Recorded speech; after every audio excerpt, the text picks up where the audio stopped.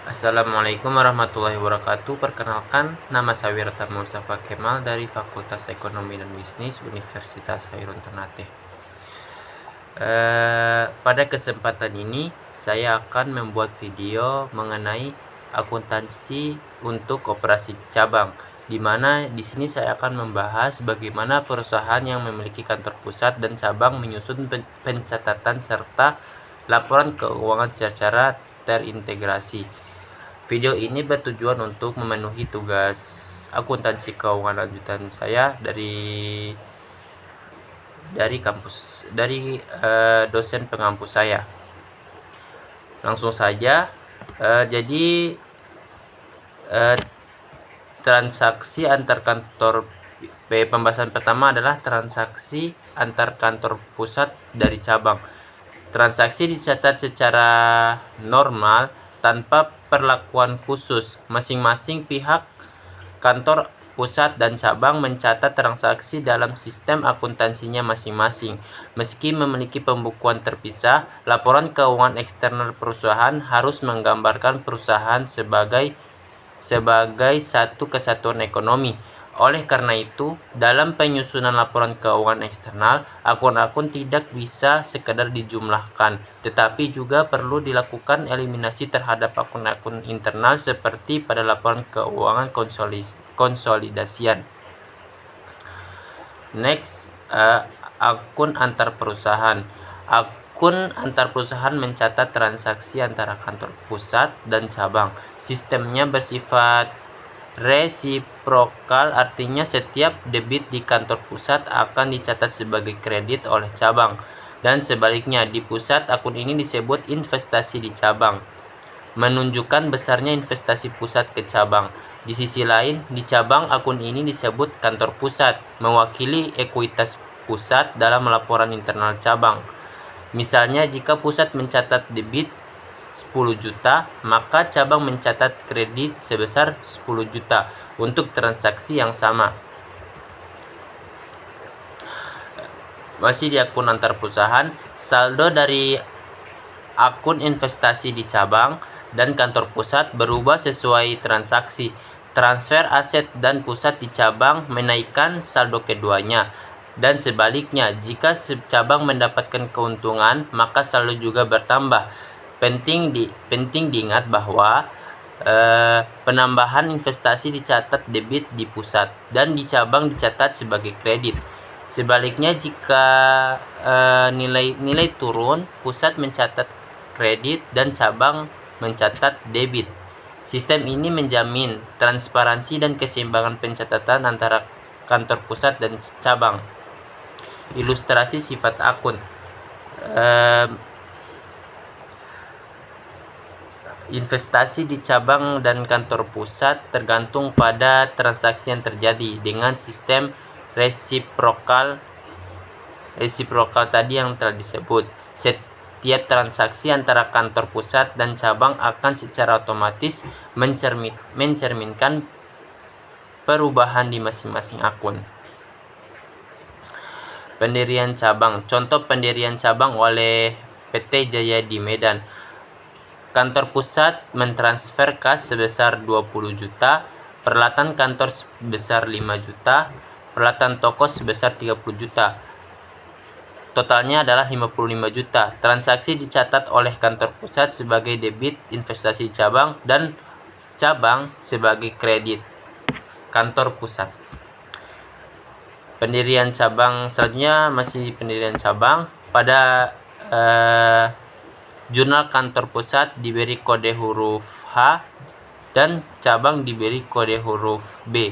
Ini digunakan sebagai agar pencatatan tetap terstruktur dan mudah dipahami. Lalu diberikan contoh ayat jurnal atas transfer aset dari kantor pusat ke cabang. Saldo resiprokal. Setelah kantor pusat dan cabang mencatat transfer aset, masing-masing memiliki saldo resiprokal sebesar 55 juta. Artinya catatan investasi di cabang dan kantor pusat di dua pembukuan tersebut nilainya sama. Ini menunjukkan kesesuaian catatan antara dua entitas internal tersebut. Laporan posisi keuangan cabang. Cabang menyusun laporan posisi keuangan setelah menerima aset dari kantor pusat. Akun kantor pusat ditampilkan sebagai bagian dari ekuitas pemilik, namun dalam laporan eksternal perusahaan secara keseluruhannya, akun ini akan dieliminasi karena hanya untuk pelaporan internal dan tidak mencerminkan pihak eksternal. Selanjutnya, pengakuan laba cabang. Setiap cabang menghitung laba sebagai periodik, tetapi penghitungan pajak dilakukan oleh perusahaan sebagai satu kesatuan karena cabang bukan entitas hukum terpisah. Setelah laba rugi ditutup di pembukuan cabang, saldo tersebut dipindahkan ke akun kantor pusat. Kantor pusat lalu mencatat laba tersebut ke dalam akun investasi di cabang, sehingga terjadi konsolidasi laba antar entitas internal. Berikut ayat jurnal pengakuan laba. Setelah laporan laba cabang diterima, kantor pusat mencatatnya dalam ayat jurnal. Misalnya, jika cabang mencetak laba, jurnal dibuat untuk menambahkan nilai pada akun investasi di cabang untuk memastikan bahwa hasil usaha cabang tercermin dalam catatan investasi pusat.